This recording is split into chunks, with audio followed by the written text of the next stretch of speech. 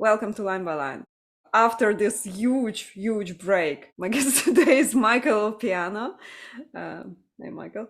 We are analyzing a song called Leave Her, Johnny, Leave Her. Michael, tell me a little bit about yourself and why did you pick the song you picked? Sure. Yeah. So yes, my name is Michael. I am originally from the United States. I live now in Poland. I work as an online educator, particularly in classical education.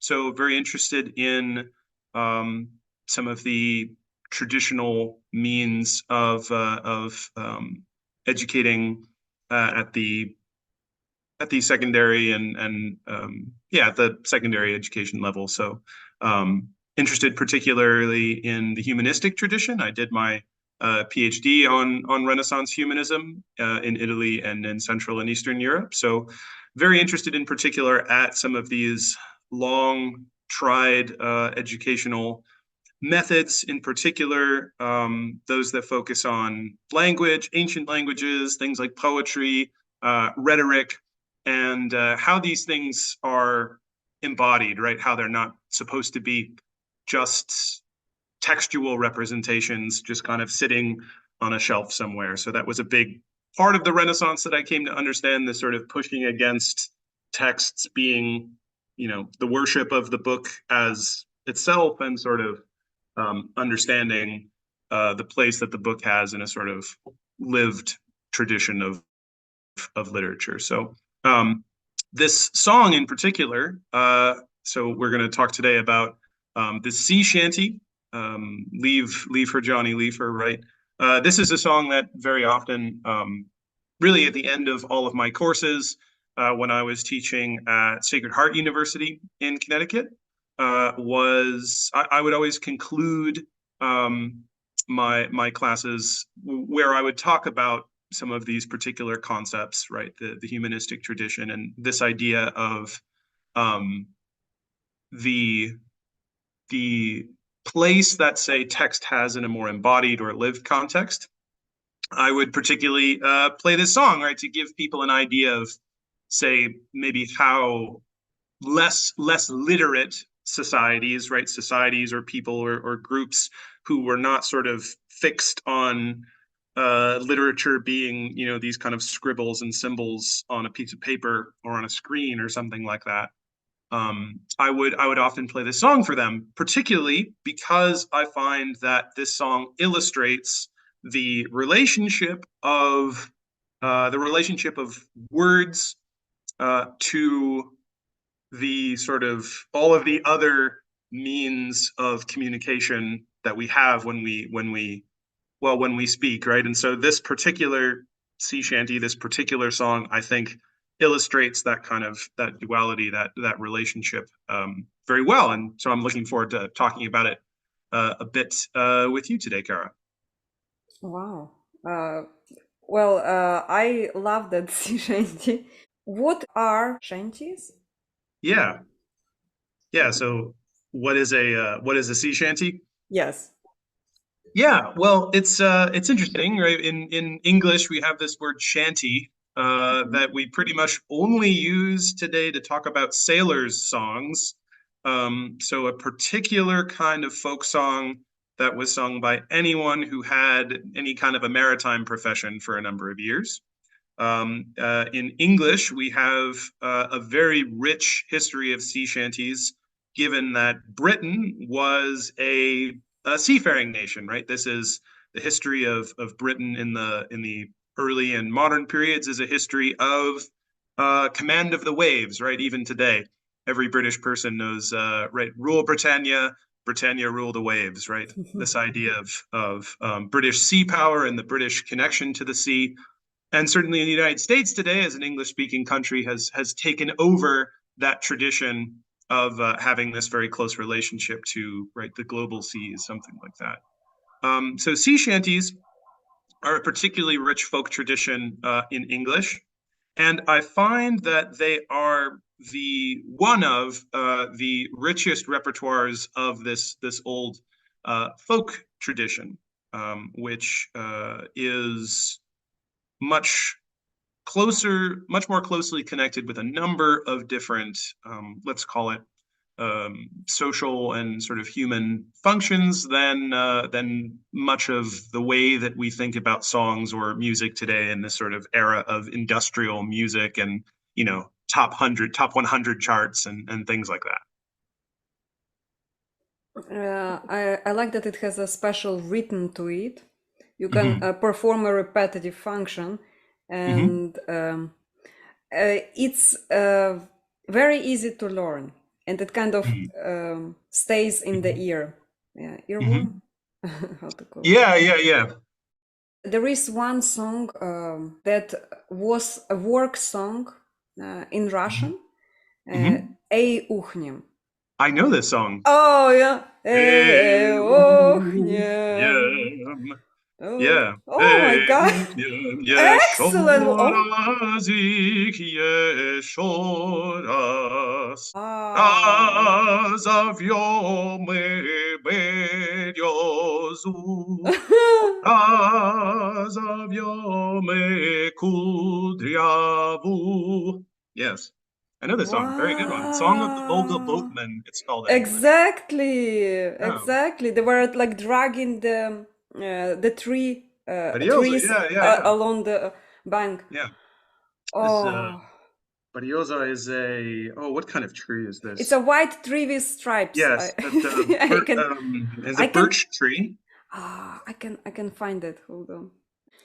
Yes, birch tree. Berioza. Yeah, that's Bierosa. Mm-hmm, mm-hmm, mm-hmm. I'll keep it that Yeah. way.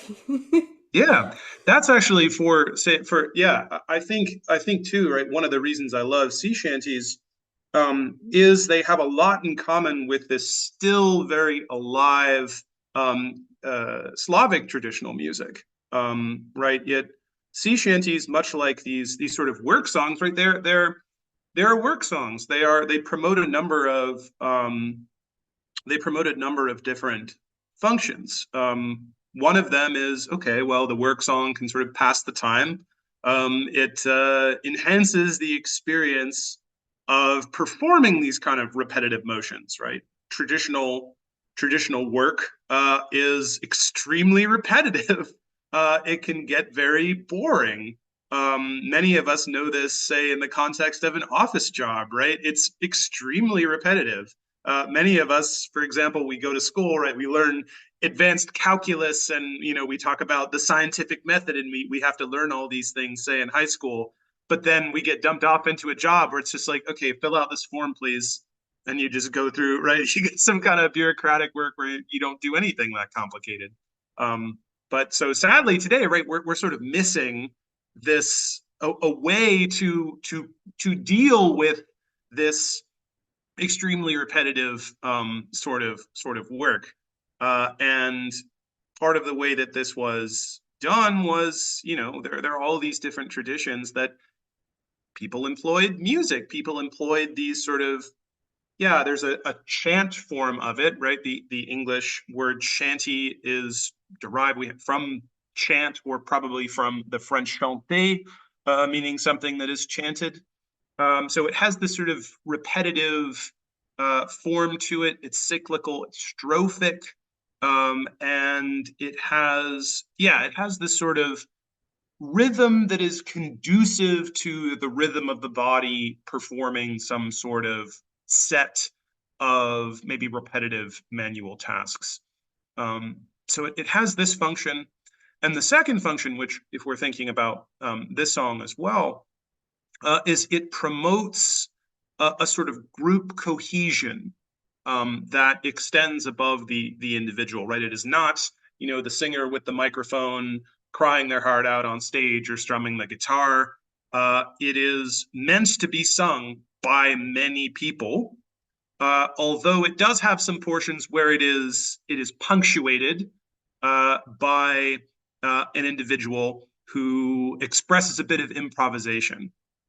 So you get this sort of alternation between the group and the emergence of an individual, and then the individual sinks back into the group, and then another individual emerges and then sinks back into the group. And actually, a uchniem does that as well.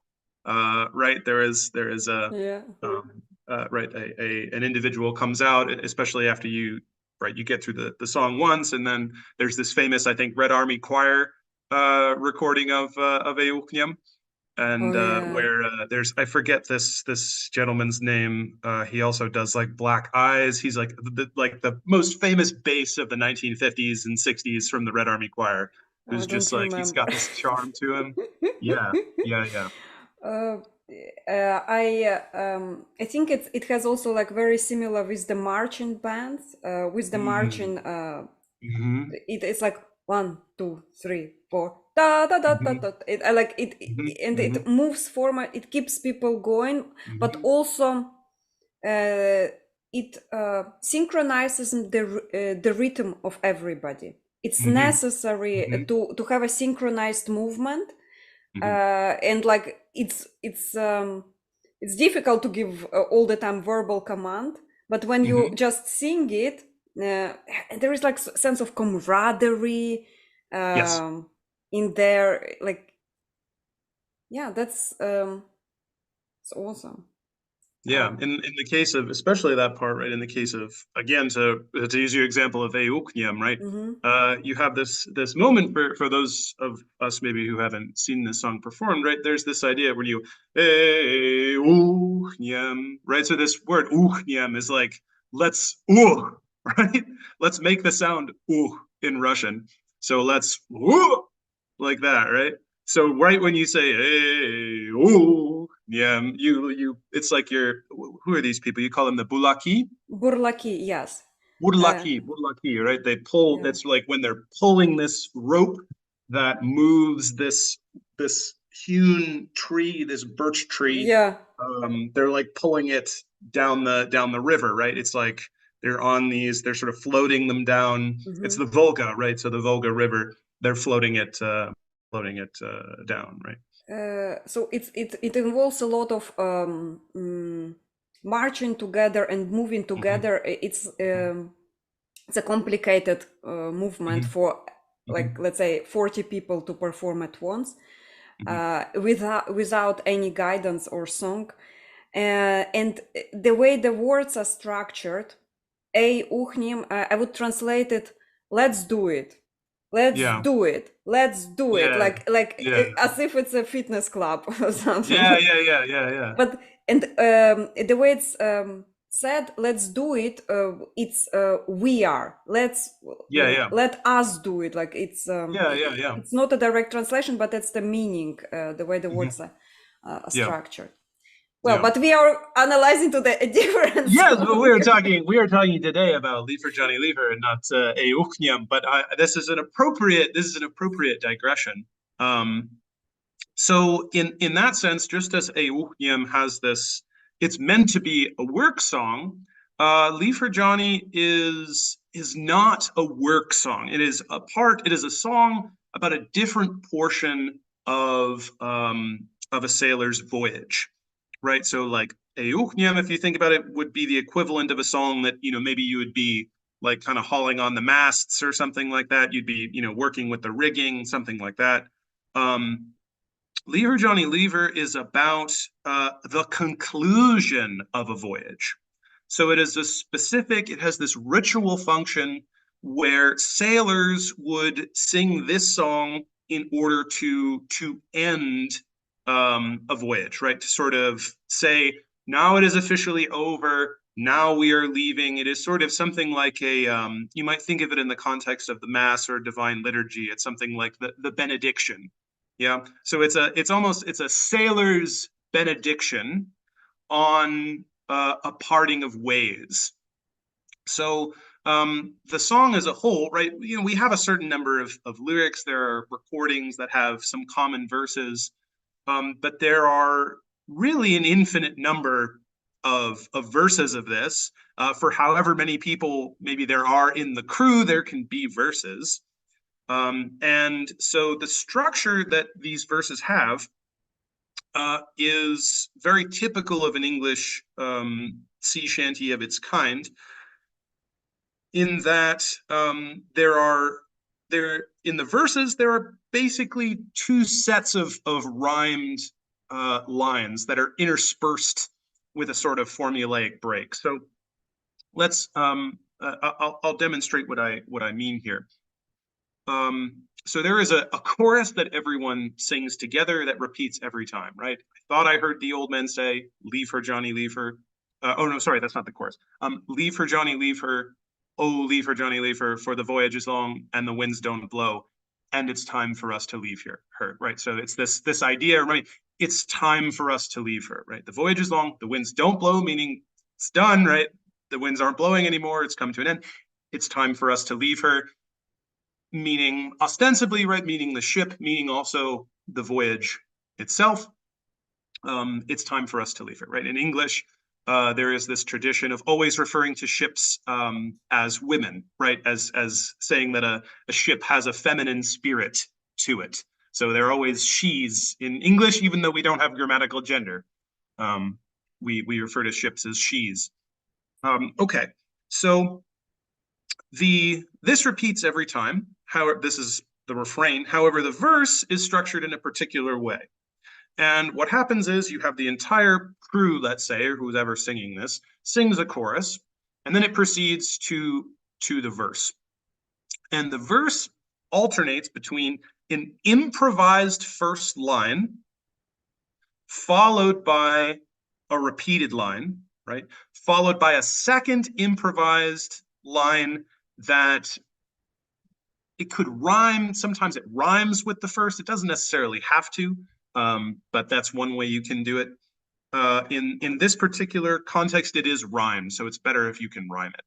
And then there's another line that sort of mimics the chorus. So, for example, we would sing the chorus and then say, "Oh, the wind was foul and the sea ran high," and then that's an improvised line followed by, "Leave her, Johnny, leave her. She shipped it green and none went by, and it's time for us to leave her."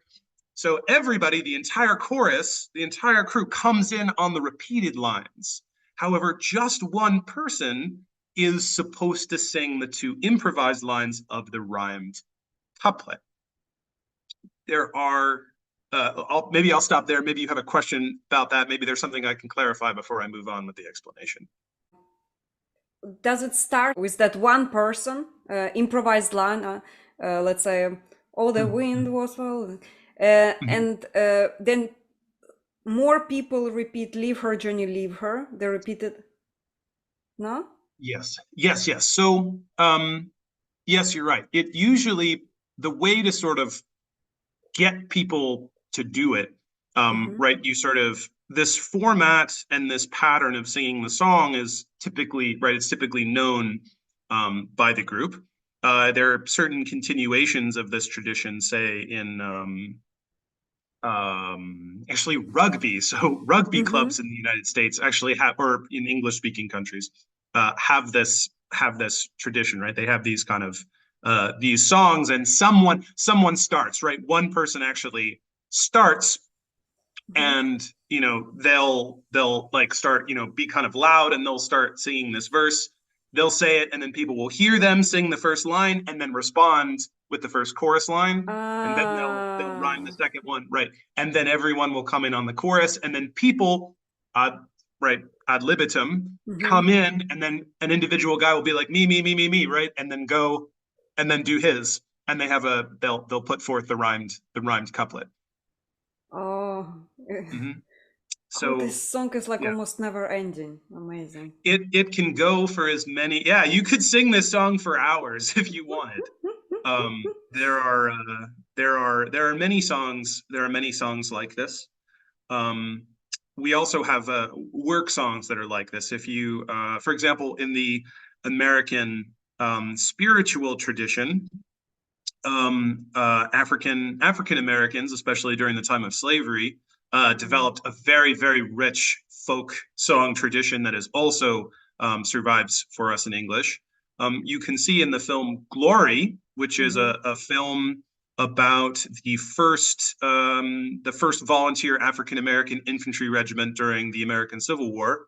There is a scene just before the storming of Fort Wagner, at the very end of the movie, where all of the men are they're going through, it's a prayer type song, right? They're praying to God before they go into battle and praying for God's protection and such.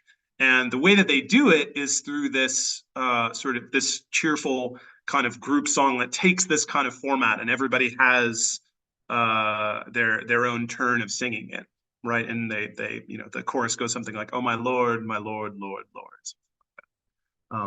So okay, so this theme, the theme of this song in particular, each couplet not only has a sort of structure to it, it's not just supposed to be rhymed, it's not just supposed to have, right, this certain number of syllables, but it's supposed to take on a particular theme. And so every single couplet must complain about the voyage. Every single couplet must point to a particular moment in the voyage and sort of make fun of something that was going on. So we have in the verses we have here, or the verses that we just talked about, the verse we just talked about, right?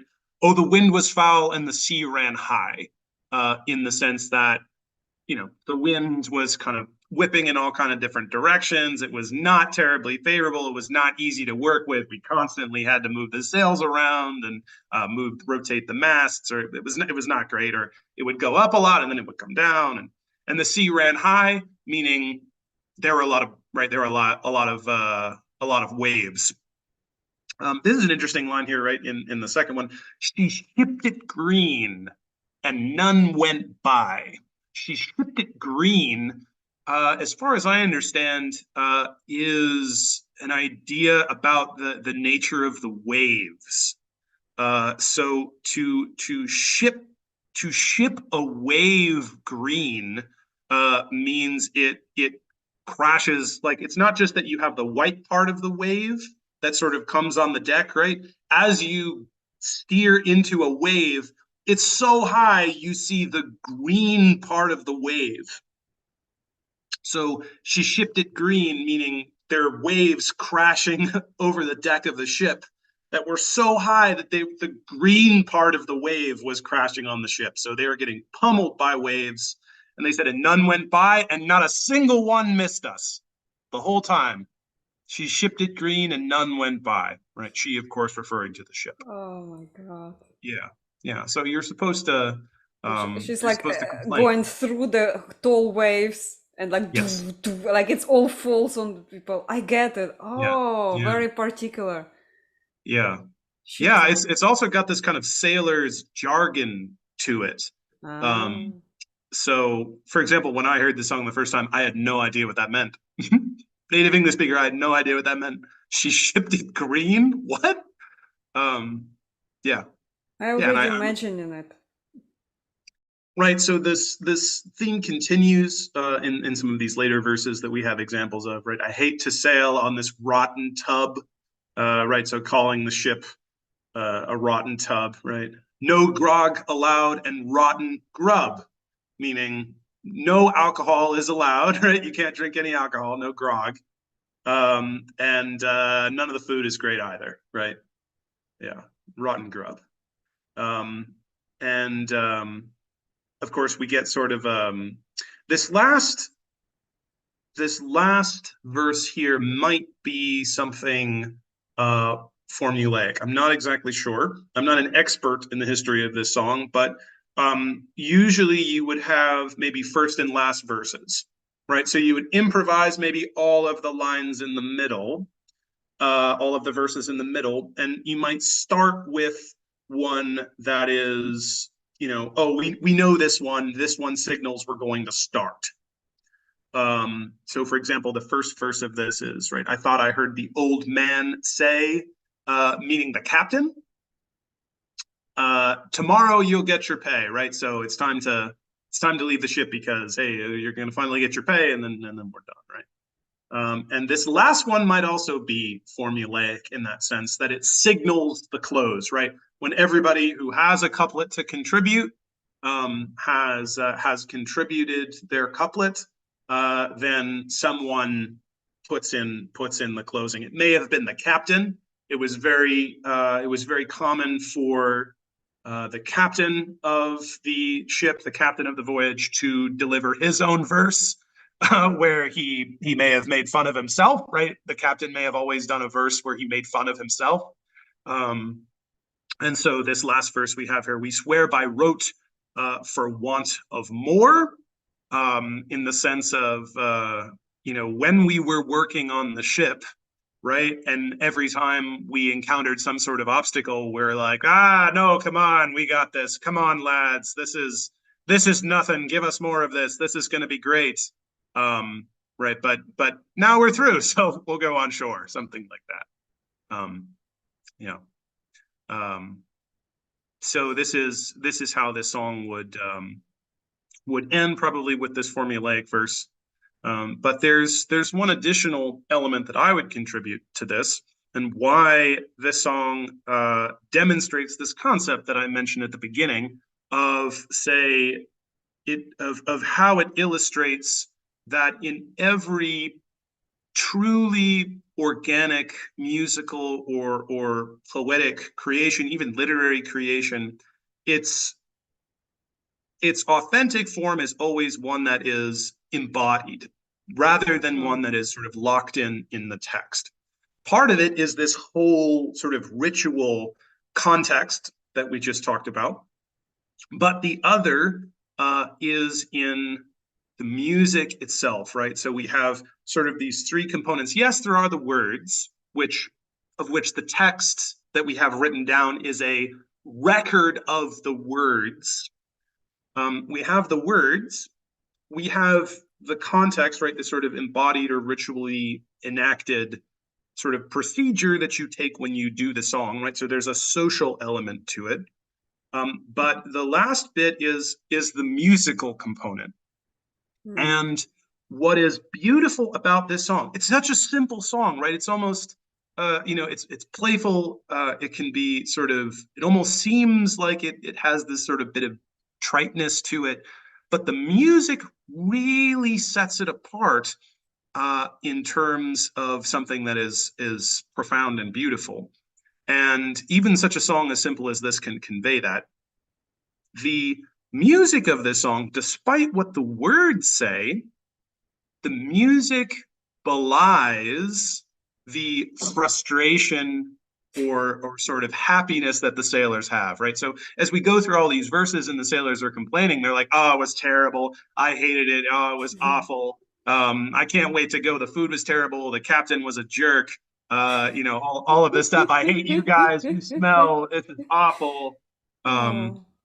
But if you listen to the music, right, the actual tune, it's not a light tune. It's actually somewhat somber. So if I sing the chorus once, right, so leave her, Johnny, leave her, oh, leave her, Johnny, leave her, for the voyage is long and the winds don't blow, and it's time for us to leave her. Especially that turn there. For the voyage is long and the winds don't blow, and it's time for us to leave her. It's sad. It has this, especially when you get to this turn in the music, especially that moment, um, that turn and the winds don't blow. I don't know. My music theory is not strong enough, but I have an intuitive understanding, I suppose, to be able to point to that moment and say that's sort of this turn in the tune that gives it this somber or sad character. It's drop and it's slowing down into Mhm. in a minor note. That's Yeah, what there's actually saying. some there's some sort of moment, there's some sort of movement between these scale degrees Yeah. that that really affects the um that really affects the tone of the song at that sort of turn in the music. And what the tune actually says is, the tune says that we're actually sad to go. We are sad to leave one another. We are sad that this is the end because, right, if you think about it, we were all together for a period of time, the same group of people. It was very difficult. There were these struggles and there were these sufferings, and we were working hard. It wasn't really pleasant. But there's something, you know, that time that we spent together um, was meaningful in a particular sense. And now that the voyage has come to an end, this crew, this exact crew, will never be together again. This sort of this body or this group that sort of transcended all of us as individuals, that we created this entire time with our hard work and our common rhythm and all of these songs that we sing together. That's come to an end. That particular combination, that particular assortment will never be bound together in time and space in exactly the same way again. And in that sense, there is a parallel to the structure of life, right? There is a parallel to the human experience of life, right? At the end of life, right? Our spirits, our souls, something like that will go on. We will go on to other things. We don't know what will necessarily happen. And life itself may have been this experience of invested suffering and hard work, and it was difficult to overcome. And man, don't taxes suck. And man, remember this, oh, my boss made me do this, and oh, all those years of hard work at this job I hated. But you know what? It was worth it because of the family I built, or the friends that I made, or able to experience while I was alive, however interpreted. And there is this pattern of being able to recognize a sort of a universal in what this particular song points to in the context of a sailor's voyage. And I think that in particular is where the beauty of the song comes out for me. Wow. Well, that's been very enlightening for me. I also feel the new information that I didn't notice in that song is that all the guys supporting each other in that breakup. Yeah. They are all breaking up from each other. They're all complaining, but they're all in between the lines, very sad to do it. And Yeah. so they are like bringing up things that others should not miss, but in reality, they all will miss the bad moments too. Yeah. And it's Yeah. like, Yeah. do you Yeah. remember that shitty stuff? Yes, I do. And it's time for us to Yeah. leave it. And so it's Yeah. as if it's like they're in memoriam of that thing. Yeah. Yeah. Yeah. I mean, isn't it so like men, right? There's all these complaints today. Oh, you know, men don't Yeah. share their feelings. It's like, well, you know, That's it. That's it. Like they that's it. do. That's it. Remember this terrible thing? It's like, you know, I remember like my friends now, right? A lot of my closest friends in my life are still guys that I played American football with in high school. Yeah, yeah. And it was, man, American football is a hard sport. You know, you spend the whole time getting beat up. That is what it is. Like you get good at American football by learning how to get beat up. And How to like, take a well, beating? Yeah. exactly. And you know, basically the fundamental skill in American football is how to block, right? Because the reason you get beat up is you put your body in the way of somebody else, of an opposing player, so that somebody behind you can advance a few yards, right? Who's ever got the ball. So the majority of people on the field are running and blocking so that whichever guy has the ball can actually move forward. So you have a whole team and everybody is sacrificing themselves, their energy, they're experiencing pain and hardship, and they're gritting it just so one guy can move the ball ahead. And if that one guy moves the ball ahead more than the other team's guy is able to move the ball ahead when it's their turn, you win. And so it's sort of something like that, right? You all have Great to game. struggle and you all have to suffer so that you can go forward as a group. It's an excellent team game. Oh, yes. Sort of, you have your champion, and the entire team supports your champion to Mm-hmm. get ahead. Mm-hmm. Awesome. Michael, thank you so much. That was great. Uh, Before we go, can you please tell everybody how they can support you, find you, take your lessons, if it's actually possible for the public? I will provide all the links below. Yeah. So for the meantime, you can find me on Twitter at Michael T. Lopiano. It's just my full name. You'll have it in the link below. You can support me on Twitter there. I share my thoughts and I share some of the recorded content that I put out. I put out a couple videos every week. And you can follow me on Instagram at 21st Century Renaissance is my channel. Again, that'll be in the bottom. I am planning in the coming months to put out some courses. Some of it will be planning on putting out a free YouTube lecture series, and I'll also be developing some ways to have some more individual small group kind of seminar type courses. So yeah, thanks very much. Thanks very much for having me on, Kara. This was great fun. And I'm thanking to the sponsor, which is free time, as always. I'll see you in the next line by line. Yeah.